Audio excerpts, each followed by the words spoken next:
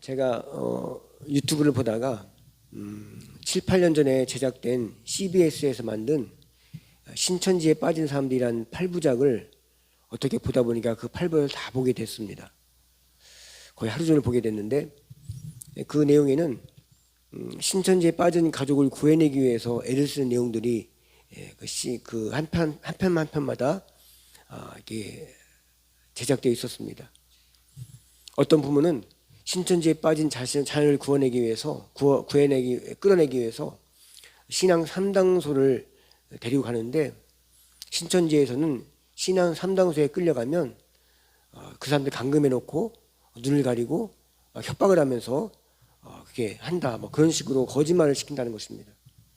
그래서 그들이 가는 신앙 3당소는 그냥 교회였어요. 교회에서 목사님이나 거기에 전문적인 신앙 교육을 받으신 분이 그 신천지에서 잘못 가르친 성경의 내용들을 하나하나 조목조목 성경에서는 이렇게 말하고 있다 하면서 그 잘못된 가치관들, 잘못 알고 있는 성경식들을 고쳐가는 그런 과정을 갖게 하는 것이 신앙 상담소입니다. 신앙 상담소에 처음 갔을 때 사람들은 신천지에 빠진 사람들은 처음부터 반응 안 합니다. 거부하고 화를 내고 막 거칠고 막 정신병자 같이 막 혈기 부리고 막 이런다는 거죠. 근데 그 신앙 상담소에 있는 그 상담하는 그 목사님이나 담당하는 사람들은 그걸 다 받아주는 거예요. 참 내가 봐도 막 화가 나는 거예요. 저걸 왜 하나 싶을 정도로. 근데도 막 속을 긁어놔도 참고 계속 이렇게 상담을 꾸준히 해갑니다. 막 우기고 막 자기가 고집하고 오는 그런 잘못된 성경의 내용들을 계속 성경을 찾아가면서 잘못됐다고 가르치고 해도 계속 부인하는 겁니다. 그렇게 하루, 이틀, 3일, 4일 해서 한 5일주일 동안 나오다 보면 결코 변할 것 같지 않던 그런 마음이 어느새 그 마음이 바뀌는 것을 그 프로에서 보게 됩니다.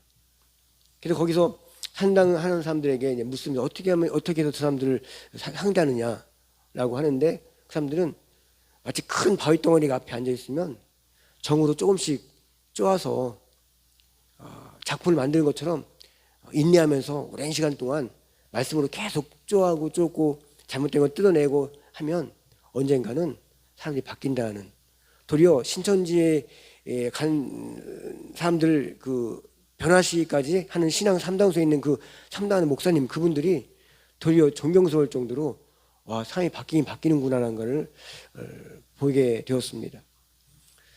거기 온 사람들 중에는 아내가 신천지에 빠져가지고 왔는데 가정이 다 파탄되고 애들도 돌아보지도 않고 이러면서 남편 아내를 사랑하는 마음으로 그걸 어떻게 구슬려서 신앙 3당소에 데리고 왔습니다. 이 여자도 그 앞에 얘기했던 것처럼 계속 고집 부리고 혈기 부리고 반항하고 부인하고 자기 말이 옳다라고 막 계속 했지만, 그러면 남편은 그걸 떠나지 않고 자기의 직장 휴가에 와가지고 아내가 제대로 마음이 돌릴 때까지 계속 옆에서 앉아서 같이 있는 거예요. 하루에도 뭐 몇 시간씩 논쟁을 몇 시간씩 하는 거예요. 그래서 4일, 5일, 6일, 7일 막 이렇게 한 열흘쯤 지나니까 그 아내가 조금씩 바뀌는 겁니다. 그러면 그 남편이 자기에 대한 진실한 마음을 보고 그 아내가 돌아오는 그런 내용도 있었고, 또 어떤 내용은 두 남매를 남편 없이 15년 동안 키운 어머니가 신천지에 빠져 있는 그 아이들을 설득해서 끌어내려고 상담소에까지 와서 신청을 했는데, 나중에 보도에 찾아보니까 그 어머니가 자살했다는 그런 안타까운 이야기도 거기에 있었습니다. 이런 이야기를 소개하면서, 그 신천지에 빠진 사람이라는 그 프로그램에서 그걸 소개하면서 신천지에 빠진 사람들의 영적인 문제를 해결하기 위해서 애쓰는 사람들의 이야기도 나오고, 또 한국교회에 대한 반성과 과제를 던져주는 내용들도 그 내용 속에 있었습니다. 거기에 빠진 사람들이 대부분 많은 사람들이 청년들이었습니다. 성경에 대해서 잘 모르는 청년들이 그쪽에서 거짓말이라는 말을 모략이라고 이렇게 둔갑시켜서 우연을 가장해가지고 우연히 만난 것처럼 어떻게 해서 어떻게 만난 것처럼 해가지고 신천지에 조직적으로 많은 사람들 동원해서 포섭하는 그런 신천지에 빠진 순진한 청년들이 대부분이었다는 것입니다. 그 외에도 거기에 빠진 사람들은 보면 교회에 상처받는 사람들도 있고, 목회자에 대한 어떤 그런 부정적인 생각을 가진 사람들도 있고, 교회에 대해 부정적인 생각을 가진 사람들도 있고, 교회 열심히 다녔지만 성경을 제대로 몰라서, 복음을 잘 몰라서, 교리를 몰라서 구원의 확신이 없는 겁니다. 그래서 남들 성경을 배우고자 그런 마음이 있었는데, 그런데 성경 가르쳐준다니까 가서 배우는 거예요. 그런 사람들도 많이 그곳에 가 있다는 것입니다. 그들이 처음에 신천지가 뭔지도 모르고 갔지만 성경도 잘 모르니까 그들이 잘못된 걸 가르쳐줘도 그게 잘못된지도 모르고 그대로 배우게 된다는 것입니다. 그리고는 그 결국에는 성경 공부 마지막에는 이만희 씨가 영원히 죽지 않는 영생불사 구원자라고 믿게 만든다는 것입니다. 이단 전문 기관의 조사에 의하면 우리나라에 자신이 하나님이라고 하는 사람이 20여 명이나 있고 자신이 재림 예수라고 하는 사람이 50여 명이나 있다고 합니다. 신천지는 1984년 12지파로 시작해서 지금 32년이 지난 지금은 24만 명이 될 정도로 큰 이단 집단이 되었습니다. 우리는 믿고 압니다. 우리의 구원자는 예수 그리스도라는 것을. 우리의 죄에 오물을 뒤집어 쓰시고 우리의 죄가 되셔서 십자가의 죽으심으로 우리의 죄값을 죽음으로 지불하신 그 예수 그리스도만이 우리의 구원자이십니다. 오직 예수 그리스도 외에는 그 누구도 그 무엇도 구원자가 될 수 없고 구원자도 아닙니다. 이 예수 그리스도의 십자가의 죽음으로 우리의 죄는 사멸되었고 우리의 죄는 하나님의 심판 명부에서 삭제됐으며 예수 십자가의 은혜로 우리는 하나님의 자녀가 된 것입니다. 그러므로 우리가 예수를 믿는다는 것은 예수님과 함께 십자가에 못 박히고 예수님과 함께 부활해서 새 생명으로 거듭나 새 삶을 살아가는 것을 말합니다. 우리는 예수 한 사람 때문에 하나님의 기쁨이 되었고 그 기쁨은 우리의 복이 되었습니다. 성경에도 많은 인물들이 나옵니다. 구약에 보면 아브라함, 모세, 다윗, 여호수아, 신약에는 예수님 12제자와 바울이 나옵니다. 이 많은 사람들은 하나님 나라를 위해서 그 나라와 그 민족과 그 시대와 그 세대를 위해서 그들이 위기 가운데 있을 때 구원해내고 죄 가운데 이끌어내서 삶의 소망을 주었던 사람들이었습니다. 그렇지만 그들은 그 시대의 구원자는 아니었습니다. 그들의 영향력이 한 시대를 뒤흔들어 놓았어도 그들은 하나님 말씀에 순종해서 사명을 감당한 것뿐이었습니다. 진정한 구원은 예수 그리스도께서 이 땅에 오시면서 그분으로부터 시작되었고 그분으로부터 완성되었습니다.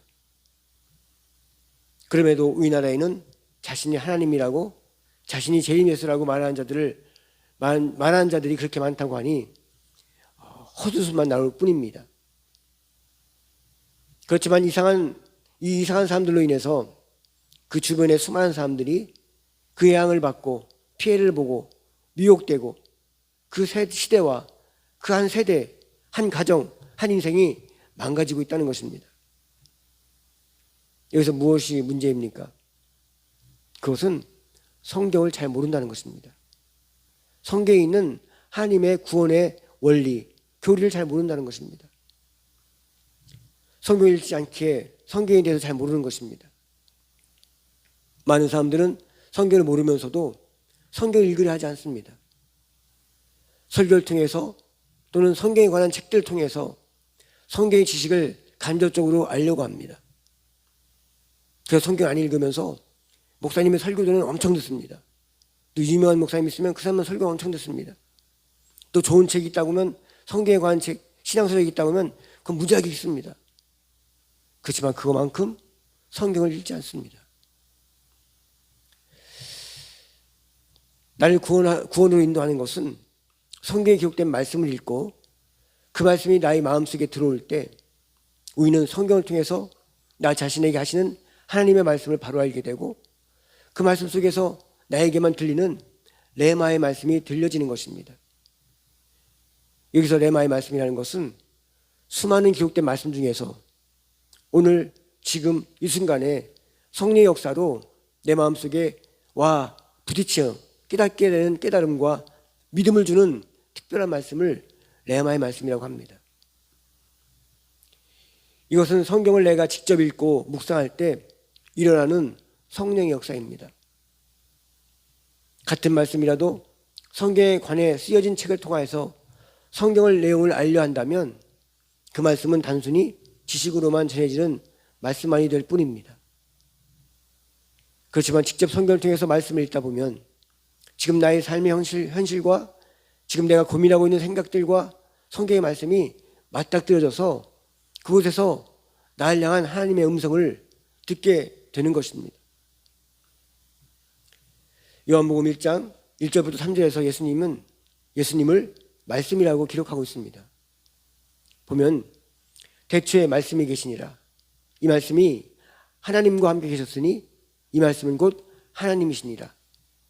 그가 태초에 하나님과 함께 계셨고 만물이 그로 말미암아 지은 바 되었으니 지은 것이 하나도 그가 없이는 된 것이 없느니라. 이 말씀은 예수님이 곧 말씀이라는 진리를 분명히 가르쳐주고 있습니다. 예수님의 삶 가운데 하나님의 음성이 들어있고 예수님을 통해서 하나님의 말씀이 흘러나오는 것입니다. 말씀 안에 거하는 자와 말씀 밖에 있는 자의 차이는 분명합니다. 이걸 비유해 본다면 가축과 들짐승으로 비유할 수가 있습니다. 가축은 주인이 있는 동물입니다. 그래서 가축은 주인으로부터 먹을 것을 공급받습니다. 또한 울타리 안에서 보호받고 안전하게 길러집니다. 그래서 순하고 그리 거칠지 않습니다. 그렇지만 들짐승은 자기 스스로 먹을 것을 찾아 나서야 합니다. 그리고 스스로 자기 자신을 위협으로부터 지키기 위해서 예민하고 거칠고 사납습니다. 말씀 안에 있는 인생, 예수 그리스도 안에 있는 인생은 이와 같습니다. 말씀의 울타리 안에 있기에 안전합니다. 다른 잘못된 생각으로부터, 잘못된 사상으로부터, 위험으로부터 보호를 받을 수가 있습니다. 이러한 양식을 하나님으로부터 받았음을 믿고 감사합니다. 그리고 온유한 마음을 품고 삽니다. 예수 그리스도 한 사람으로 인해 많은 영혼이 구원받고 그 말씀 안에서 하나님의 은혜의 울타리 안에서 하나님의 자녀로 복되게 살아가는 것입니다. 그렇지만 잘못된 목자를 만난 이들은 잘못된 길로 이끌림 받을 수밖에 없습니다. 복된 인생을 살아보지도 못하고 거짓에 이끌려서 그 끝은 결국 그 인생을 망치는 불행한 삶이 되고 마는 것입니다. 오늘 본문은 우리에게 분명하게 선포합니다. 사도행전 4장 11절 말씀에 이렇게 말씀합니다. 다른 이로서는 구원을 받을 수 없나니 천하 사람 중에 구원을 받을 만한 다른 이름을 우리에게 주신 일이 없음이라 하였더라. 우리를 구원할 이름은 오직 예수 그리스도 그 이름에만 주셨습니다. 우리나라의 수많은 자들이 자신이 예수라고 주장하지만 진정한 예수는 성경에 기록된 예수 외에는 없습니다. 오직 예수 그리스도만이 우리의 유일한 구원자요 죄에서 자유케 하신 이도 예수 그리스도입니다. 또한 우리 인생의 맞서 기도 예수 그리스도시요 온 인류의 참길과 참진리와 참생명 되신 이도 또한 예수 그리스도뿐입니다. 예수 외에 그 누구도 나를 구원해낼 수 없고 구원해내지도 못합니다. 그 한 사람 예수 그리스도만이 우리의 진정한 참 구원자입니다.